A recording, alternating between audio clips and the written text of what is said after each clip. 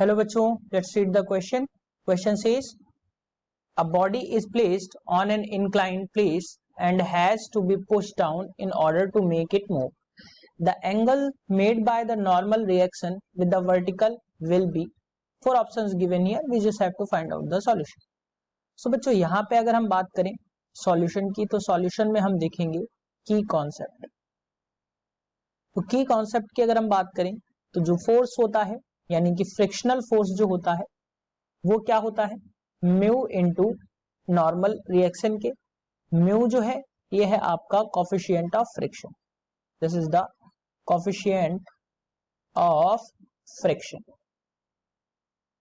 अब अगर हम बात करें यहाँ पे क्वेश्चन के अकॉर्डिंग, तो हमने देखा कि एक ये इंक्लिनेशन है जिसका एंगल है थीटा, और इस पे एक ऑब्जेक्ट रखा हुआ है जो कि मूव नहीं कर रहा है. इसको मूव कराने के लिए हमें कुछ फोर्स अप्लाई करना पड़ेगा, यानी पुश करना पड़ेगा.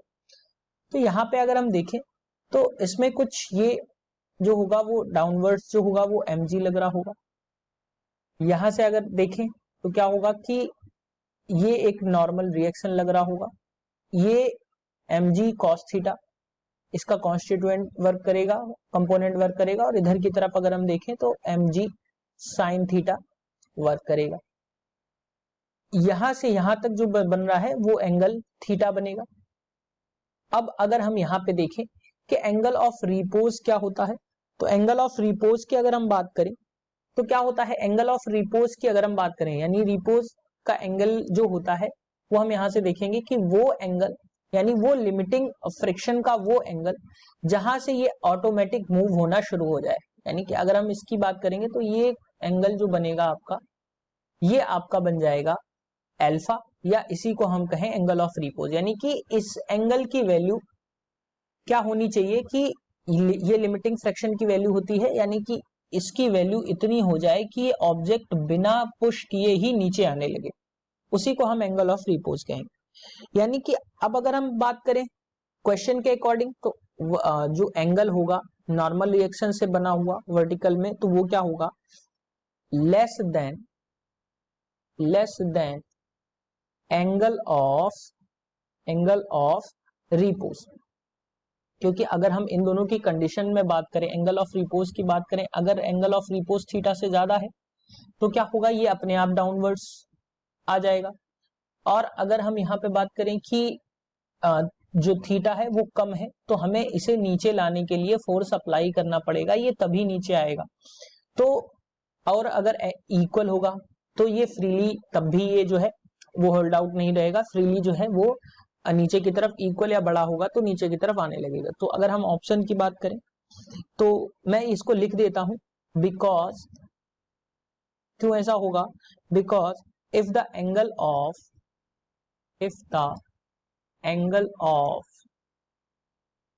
Inclination is equal to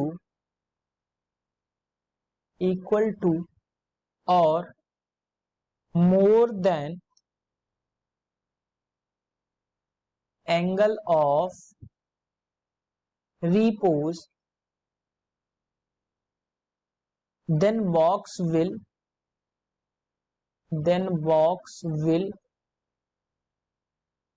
slides down